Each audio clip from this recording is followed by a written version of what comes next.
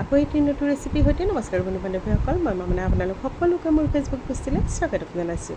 আজি আপোনালোকৰ মাজলৈ লৈ আহিছোঁ এটি আচাৰৰ ৰেচিপি, অমৰাৰ আচাৰ।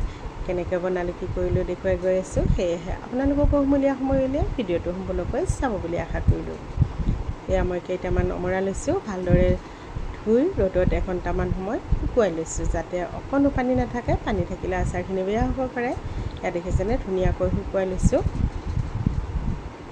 অমৰাকেইটা টান আছিল, সেয়ে মই দুফাল কৰিব নোৱাৰিলোঁ। সেয়ে চাৰিও চাইডে এনেকৈ কাটি কাটি লৈছোঁ। তেতিয়াহ'লে তেল আৰু মছলা সোমাই ধুনীয়াকৈ কোমলি যাব। আপোনালোকে বাৰু অমৰাৰ আচাৰ খাই ভাল পায়নে? এতিয়া অমৰাৰ বতৰ হয়, আমি আচাৰ বনাই এনেকৈ সংৰক্ষণ কৰি ৰাখিব পাৰোঁ। আৰু আপোনালোকে অমৰাৰ আচাৰ কেনেকৈ বনাই কমেণ্ট কৰি জনাবচোন বাৰু। সকলোৰে বনোৱাৰ পদ্ধতিসমূহো বেলেগ বেলেগ হয়, আপোনালোকৰ পৰাও মই কিছু শিকিব পাৰিম। এনেকৈ মই গোটেইখিনি কটা হৈ গ'ল। এতিয়া নিমখ দিছোঁ। নিমখত মই এনেকৈ এদিন এৰাতি ৰাখি থৈ দিম। তেতিয়াহ'লে আচাৰখিনি পিছলৈ বেয়াও নহয় আৰু অমৰাকেইটাও অলপ কোমলিব। এনেকৈ ভালদৰে মিহলাই লৈছোঁ। এতিয়া ঢাকনি লগাই ৰাখি থৈ দিম এদিন এৰাতিৰ কাৰণে। পিছদিনাখন মই দেখুৱাই দিছোঁ। এতিয়া দেখিছেনে অমৰাকেইটা অলপমান কোমলি গৈছে আৰু নিমখখিনিও ধুনীয়াকৈ গলি গৈছে। এতিয়া নিমখ পানীৰ পৰা উঠাই লৈছোঁ।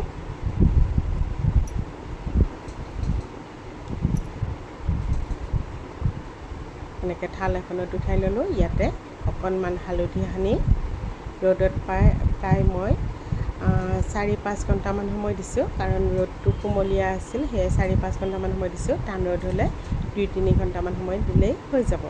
আনফালে মই মছলাখিনি ভাজি লৈছোঁ। সৰিয়হ দিছোঁ, গোটা জিৰা দিলোঁ, গোটা ধনিয়া দিছোঁ,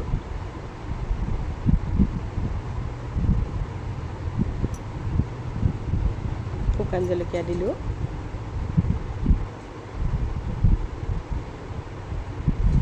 কেইটামান জালুক দিছোঁ।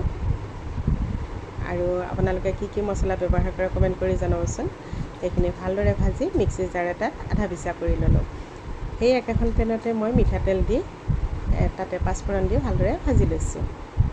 আনফালে মই ডাঙৰ বাউল এটা লৈছোঁ, তাতে আধা পিচা মছলাখিনি দিলোঁ, হালধি গুড়ি দিলোঁ অলপ, আৰু কালাৰৰ কাৰণে জলকীয়া গুড়ি দিছোঁ। এইটো কিন্তু জ্বলা নহয়, কালাৰটোহে ধুনীয়া আহিব। সেয়ে জলকীয়া গুড়ি 2 চামুচ দিছোঁ।